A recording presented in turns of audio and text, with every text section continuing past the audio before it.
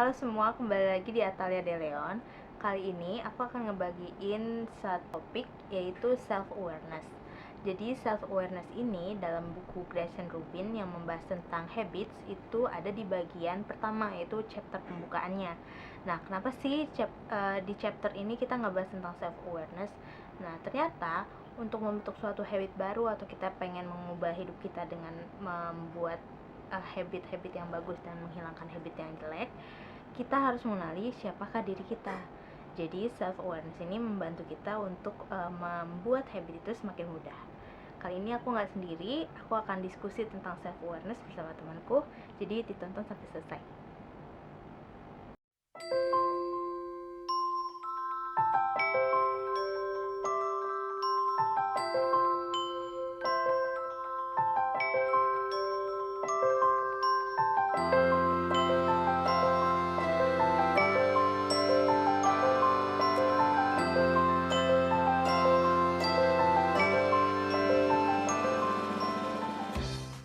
Halo, assalamualaikum Syifa.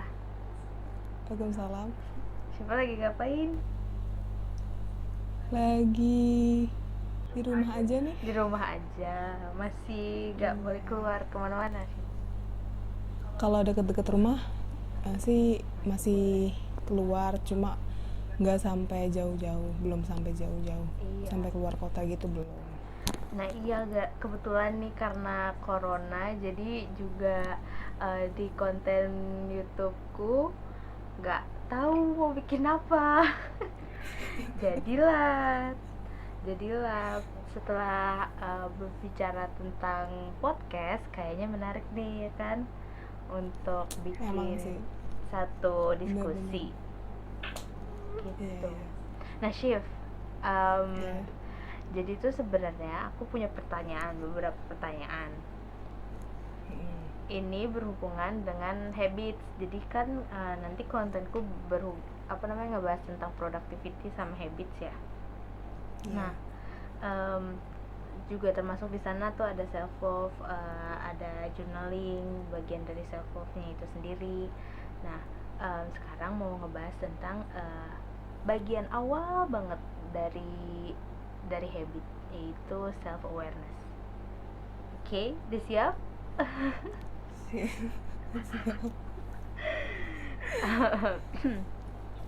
Pertanyaan pertama, Shift. MBTI kamu apa? ESTP. ESTP. Yes. Ya, itu dari awal tes MBTI sampai sekarang berubah nggak? Kalau awal itu terakhir itu kan pas lagi awal-awal 2015 16 apa. Terus sebelumnya itu sekitar SMP itu tahun berapa sih? 2000 2012. ya 11 12. Iya. Jadi udah lama banget. Terus kayak yang terakhir ya itu tadi yang kuliah itu. Jadi nggak ngetes lagi deh. Nggak ngetes lagi. Tapi pas dulu sama yang terakhir ngecek itu ada perubahan nggak? Dulu aku kurang inget lebih tepatnya apa maksudnya. Cuma ingetnya itu dulu itu aku I. Nah sekarang E. Iya, sorry, iya Yeah. Oh iya, nah di E-nya tapi dia tuh perubahannya signifikan nggak sih Kak? Kayak misalnya berapa persen jadi E-nya gitu, atau ternyata dia di ambang ambivert gitu, di tengah-tengah, berapa 50% kah, atau malah lebih dari 50%? Kurang tahu ya, aku nggak ngelihat, aku cuma ngelihat ini doang, ngelihat Hasil apa hurufnya ya? ciri-cirinya doang. Iya, nggak ngelihat angka persenannya sama I-nya itu berapa. Nah, kan di medsos kan terkenal banget nih kan beberapa metode buat mengenal karakter diri sendiri. Ada yang MBTI, ada yang dari zodiak, ada yang dari 4 tipe orang gitu, ada yang sanguin gitu-gitu. Nah, menurut Syifa nih, yang mana yang Shiva paling pegang teguh dan paling make sense sama karakter Shiva sendiri? Yang paling make sense mungkin MBTI sih, kayak selama ini kalau ngelihat ciri-ciri atau kayak cara berperilaku si ESTP ini kayak mirip lah sama aku gitu. Jadi sampai saat ini kayaknya MBTI. MBTI. Iya. Yang paling yang paling dari perspektif Shiva paling ngerasa ini aku banget, itu pas tahu fakta tentang apa? Fakta tentang bagian T dari ESTP itu. Gimana tuh? T itu kan di ESTP itu thinking kan. Nah, di sini tuh aku paling kerasa banget kalau misalnya aku itu emang bener-bener anaknya thinking banget itu, karena kayak setiap kali adu pendapat sama teman aku gitu misalnya, itu kayak dia tuh kebanyakan pakainya feeling yang kayak pakai subjektivitas gitulah. Nah, sedangkan kalau misalnya aku tuh kayak lebih ke logic dan ngambil neutral side gitu, kayak nggak subjektif, kayak objektif. Itu berasa banget masalah. Bedanya ya, karena kenapa? Mungkin perempuan juga kebanyakan F kan, terus kamu mulai menyadari bedanya dari T itu ya. Iya. Kalau kenapa Shiva tidak tertarik dengan karakteristik yang dibuat dari rising, sun, moon, zodiak? Kalau zodiak kayaknya lebih karena ini deh, kepercayaan deh. Jadi kayak takut musyrik atau gimana, terus ya emang sih intinya kita juga nggak musyrik itu kan, yang dengan MBTI ya cuma pengen tahu karakter doang kan, nggak bermaksud musyrik, tapi nggak tahu mungkin karena udah termindset seperti itu jadinya lebih ke ilmiah gitu ya? MBTI mungkin ya. Iya. Oke. Gini, aku baca buku nih Shiv. Ini tuh di luar dari MBTI, di luar dari zodiak gitu. Jadi dia ngasih kelompok-kelompok karakter orang sesuai dengan tendensinya. Nah, ini berhubungan sama habit. Nah, pertanyaanku selanjutnya, jadi ini ada beberapa pertanyaan cepat. Shiva boleh milih. Dari situ bisa dicatat sih, kira-kira nanti ketahuannya karakternya tuh kayak cenderung kemana. Ya. Oke. Pertama, Shiva tuh lebih suka bekerja pagi-pagi, lebih fokus kalau bekerja pagi-pagi atau malam hari? Terus mau nanya, ini kerja dalam hal apa? Secara keseluruhan atau kayak dapat ide gitu? Dapat ide, dapat fokusnya. Soalnya beda. Kalau dapat ide tuh biasanya malam, kalau fokus biasanya pagi. Oke, dapat ide malam, fokus pagi. Berarti kalau pagi tuh nggak dapat ide gitu? Kalau pagi lebih ke semangat, terus jadi kayak belajar atau beraktivitas tuh lebih ini aja, fokus aja, kayak tek gitu. Sedangkan kalau malam tuh lebih ke ide, jadi kan sambil tiduran terus tiba-tiba dapat ide, tapi nggak beraktivitas yang buat fokus gitu. Oke. Menarik. Berarti kalau misalnya malam tuh kalau Shiva dapat ide nih, tapi Shiva bakal ngelakuin, misalnya dapat ide tertentu pengen nulis nih, terus langsung bisa eksekusi nulis dan jadi gitu nggak Shiva? Iya, biasanya gitu. Oh, bisa. Tapi fokusnya susah. Fokus untuk kerjain si ide itu.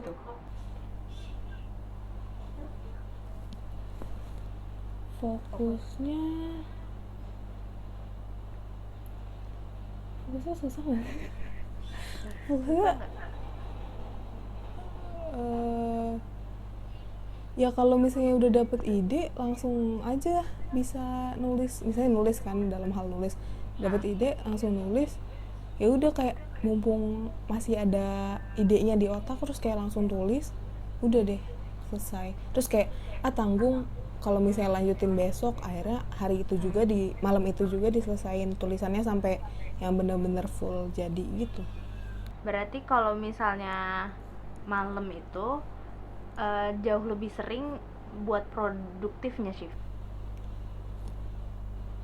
Produktif menulis sih, lebih ke produktif menulis. Kalau misalnya produktif yang aktivitas sampai keluar dari kasur itu ya pagi-pagi biasanya. Pagi-pagi. Kalau malam-malam cuma nulis doang, bener-bener cuma nulis doang kan, karena cuma di atas kasur tuh sambil main HP kan, terus tiba-tiba pengen nulis, udah langsung di situ. Tapi kalau produktivitas secara keseluruhan sih pagi hari. Pagi hari. Oke. Di sini masih jadi tuh ada 2 kelompok orang sih yang dia tuh akan lebih produktif dan lebih fokus dan lebih kreatif kalau bekerjanya di malam hari atau yang di pagi hari. Jadi untuk memulai habit tertentu gitu, ada orang-orang yang akan menyisakan waktunya untuk bangun pagi, biar gimana caranya bisa bangun pagi karena itu prime time-nya dia. Ada orang yang menyisakan waktunya malam hari karena itu prime time-nya dia tuh di malam hari, jadi dia bisa melakukan dan mengerjakan semua tugas-tugas dia optimal tuh di malam hari. Ini menurut si buku gitu ya. Cuman gue bertanya ini biar bisa bertemu lagi dengan orang dan menguji lagi teorinya gitu, makanya gue bertanya gitu. Lanjut ke yang kedua. Nah, kalau misalnya ngerjain tugas nih, Syifa orangnya yang ngerjain itu sebelum deadline, habis sebelum deadline atau pas lagi deadline, atau yang menunda-nunda? Kalau aku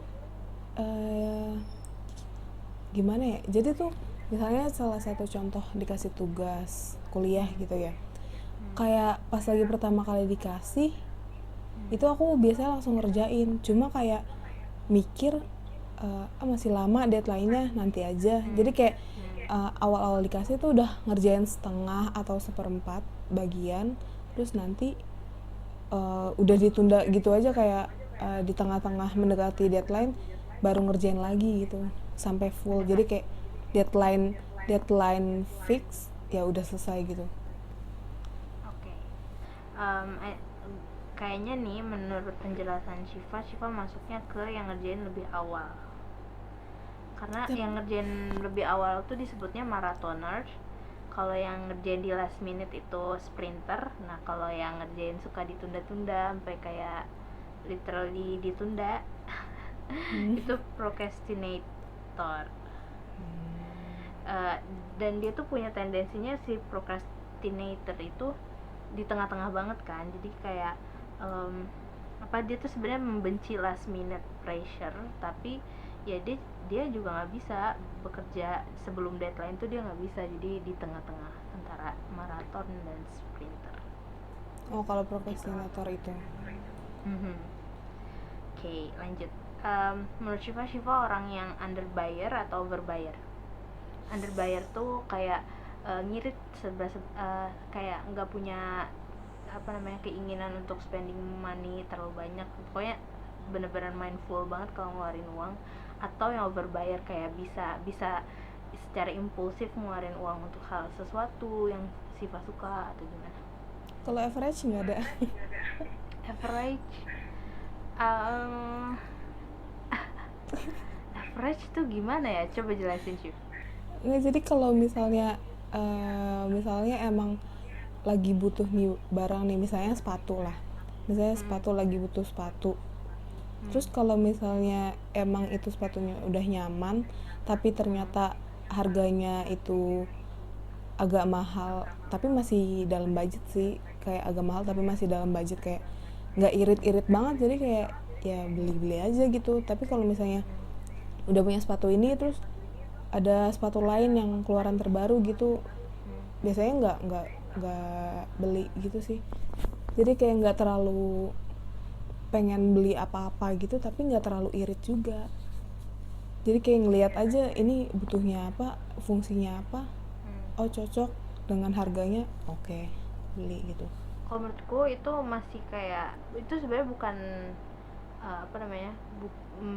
belum menjawab si pertanyaan ini sih. Jadi contohnya kalau underbayar tuh uh, misalnya lu pengen beli sesuatu nih, lu butuh itu, tapi karena sifatnya underbayar, jadi kayak uh, orang-orang underbayar ini lebih menahan untuk nggak belanja, padahal dia sebenarnya butuh.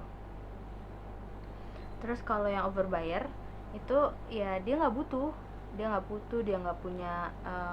nggak punya keinginan atau apa, pokoknya tanpa rencana dia beli aja gitu. Overbayar tuh gitu. Apa di mana sih?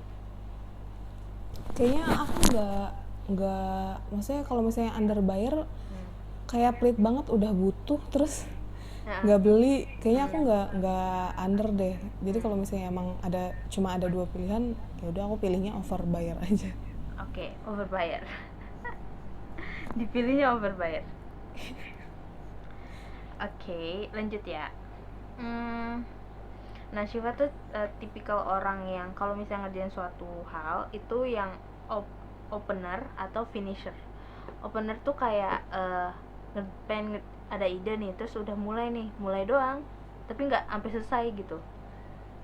Atau tipikal yang finisher. Finisher tuh yang dia tuh susah banget ngemulai sesuatu hal yang baru, tapi kalau misalnya dia udah mulai dan dia tuh udah ngejalanin si hal yang baru itu, pokoknya dia udah ngejalanin tugasnya gitu, dia pasti akan menyelesaikan itu dengan cepat. Kalau itu mungkin opener ya. Opener. Iya, salah satu contohnya adalah dalam tulis menulis. Kayak aku sering banget dapat ide baru. Misalnya lagi ngomongin tentang apa, terus dapat ide, oh iya bikin tulisan ini, terus bikin catat, tapi cuma dicatat doang, nggak diterusin. Terus kayak baru beberapa bulan kemudian dilihat lagi tulisannya, terus diedit lagi baru diselesain. Jadi kayaknya opener. Oke. Yang terakhir, enggak deng, enggak, dua lagi. Syifa lebih tipikal orang yang lebih suka familiarity atau novelty. Jadi kalau familiarity itu orang-orang yang suka, misalnya dia pergi ke suatu tempat yang dia nggak pernah tahu gitu, dia akan mencoba untuk ngudak-ngudak tempat itu sampai akhirnya dia tuh merasa nggak awam gitu, merasa jadi kayak lebih familiar sama tempat itu. Jadi dia sangat suka sama hal-hal yang kalau misalnya itu halnya baru, dia akan ngelihat, oh ini itu udah pernah dia lihat, udah pernah dialami sebelumnya, atau udah pernah dia lihat sebelumnya, atau intinya udah familiar atau belum sama dia. Tapi kalau orang yang novelty, dia tuh benar-benar punya jiwa yang bebas, yang dia mau nge-explore apapun hal-hal yang baru. Mau coba sih yang mana? Familiarity atau novelty? Gimana? Lagi mikir. Lagi mikir. Gue kira suara lu jauh. Lagi mikir apa ya? Familiarity atau novelty? Kenapa sih aku pilihannya di tengah-tengah mulu?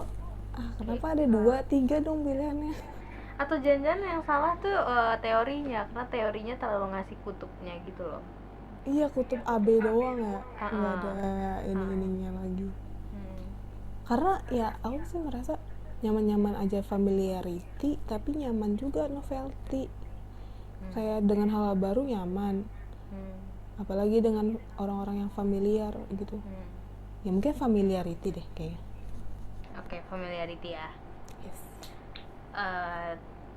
Terakhir, nah ini bener nih, terakhir nih.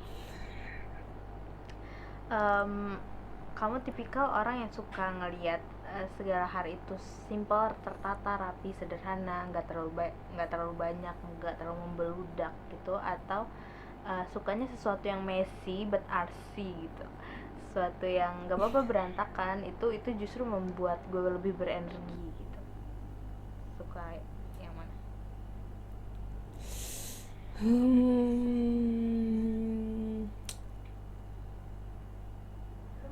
Duh, kenapa sih harus dikupu-kupuin? Atau Suka gini, yang misalnya kalau yang Messi itu kayak nggak harus dia Messi banget, apa namanya, penataannya, tapi dia tuh kayak punya, dia rapi tapi banyak aja gitu barang-barang. Nah kalau orang yang simplicity tuh bener-bener yang cuman dikit, less oh, gitu. berarti aku Messi. Mess, oke. Alright. Nah, pertanyaanku banyak banget. Jadi dia tuh di buku ini tuh dia tuh kayak pengen examine banyak apa namanya, kecenderungan orang gitu kalau ngadepin satu masalah tertentu, kayak tadi apa namanya, habit dia di pagi hari, atau dia orangnya yang berbayar atau underbayar, yang familiarity atau enggak, itu tuh berpengaruh sama nanti dia adaptasi kalau misalnya pengen punya habit baru gitu. Pertanyaan sih di situ, cuman di sini sambil aku juga mau sekalian share ke teman-teman yang lagi nonton.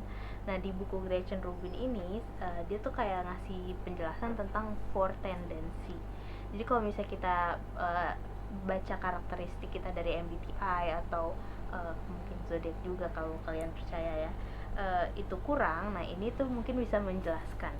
Nah four tendency itu ngejelasin kalau setiap orang tuh punya apa namanya, kecenderungan untuk memenuhi ekspektasi orang lain atau memenuhi ekspektasi dirinya. Gini misalnya, jadi ada dua ya, kita hidup itu bisa memenuhi ekspektasi orang lain dan juga bisa memenuhi ekspektasi diri kita. Misalnya kita pengen lebih apa namanya, lebih rajin belajarnya, terus orang lain juga kepengen kita orang yang bertanggung jawab, jujur, segala macam, itu kan ada tuntutan. Nah ada 4 tipe orang. Pertama itu upholder. Jadi upholder itu orang yang akan berusaha keras untuk memenuhi ekspektasi orang lain dan memenuhi ekspektasi dirinya. Jadi tipikalnya akan sangat disiplin, akan sangat pokoknya order banget lah nih orang. Nah ada lagi orang yang obliger ini dia sangat suka memenuhi ekspektasi orang lain, tapi dia tidak bisa memenuhi ekspektasi dirinya. Misalnya nih, orang lain pengen dia datang pagi, dia bisa datang pagi, misalnya tepat waktu, dia bisa tepat waktu. Tapi kalau dirinya sendiri yang minta, gue harus beresin kasur nih, nah itu dia nggak bisa. Obliger tuh kayak gitu. Ini masih lanjut ya sih sambil ngobrol juga. Ini aku juga nanggepin lah. Oke. Tapi cuma ngangguk-ngangguk doang. Iya. Nggak pakai suara. Iya, sama teman-teman yang lain. Nah, yang satu lagi tuh ada questioner. Tipikal ini tuh tipikal yang suka mempertanyakan segala sesuatu. Jadi dia sangat sulit untuk menemukan ekspektasi orang lain. Kalau orang lain pengen dia, lu tuh harusnya gini, dia bisa banget untuk membantah dan untuk mempertanyakan kembali. Tapi dia sangat toleran dan sangat bisa untuk memenuhi ekspektasinya. Jadi misalnya ekspektasinya dia itu misalnya orang lain mengekspektasikan dia untuk juara, dapat prestasi gitu, tapi dianya sendiri merasa kalau dia kayaknya gue lebih berprestasinya tuh di sini gitu, nggak seperti orang-orang bilang. Nah dia akan melakukan apa yang dia percaya gitu. Jadi gimana caranya si seorang questioner ini bisa melakukan habits baru adalah dia harus merasa teryakinkan dulu gitu. Makanya sampai ada muncul keinginan dari dirinya sendiri, baru dia bisa berusaha berubah. Yang terakhir ada rebel ini dia nggak mau memenuhi semua ekspektasi orang lain, juga nggak mau memenuhi ekspektasi dirinya sendiri. Dia ada di sisi yang paling darurat menurutku di antara semua jenis karakteristik orang untuk membentuk habit ini. Cuman ya intinya dia akan melakukan kalau dia tiba-tiba mau gitu. Kalau yang di di buku itu bilangnya gitu. Nah kalau aku itu tipikal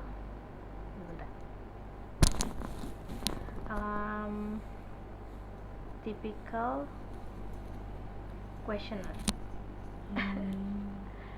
Ini masih susah sih, masih susah untuk dipikirkan, tapi kayaknya saat ini questioner.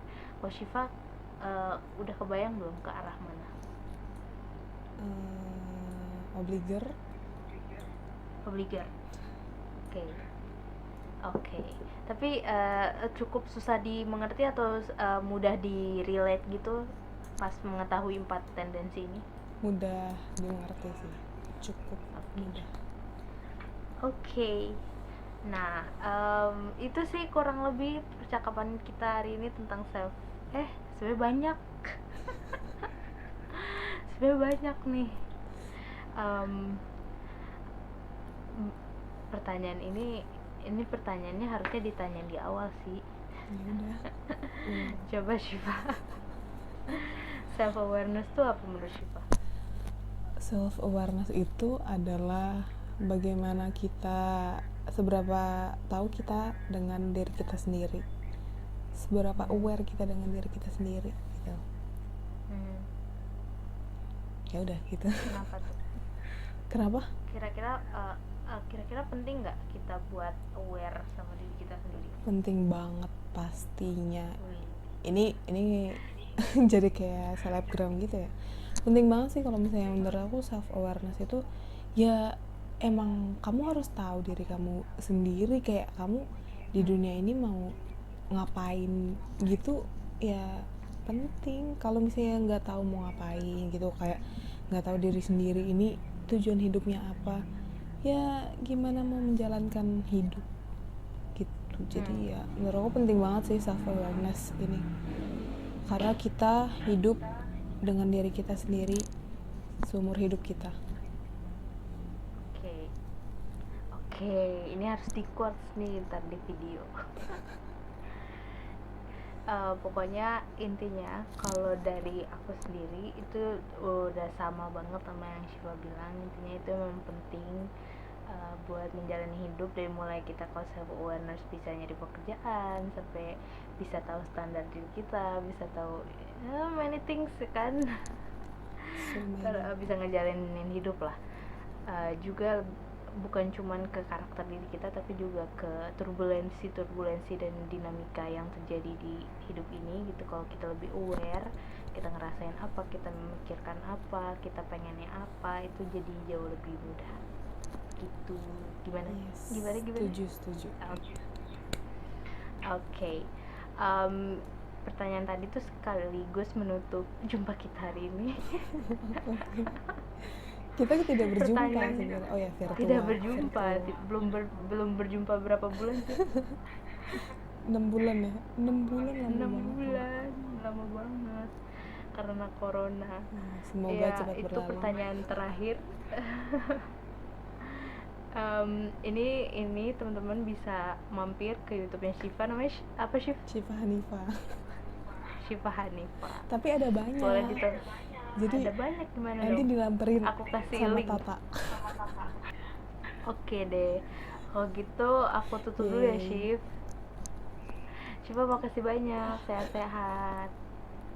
Oke. Sampai ketemu di channelnya Syifa. Makasih. Oke. Bincangan singkat tentang habit dan self awareness.